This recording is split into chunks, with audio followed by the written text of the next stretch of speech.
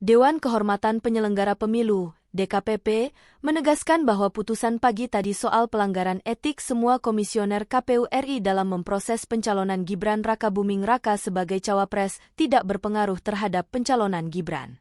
Putusan DKPP murni tentang pelanggaran etik ketua dan anggota KPU, ujar Ketua DKPP Heddi Lugito. Calon Wakil Presiden, Cawapres, nomor urut 2 Gibran Rakabuming Raka mengaku akan melihat terlebih dahulu putusan Dewan Kehormatan Penyelenggara Pemilu, DKPP, yang menjatuhkan sanksi keras terhadap 7 komisioner Komisi Pemilihan Umum, KPU. Ketika awak media menanyakan respons Gibran atas putusan DKPP tersebut, ia bertanya kembali karena belum mengetahui.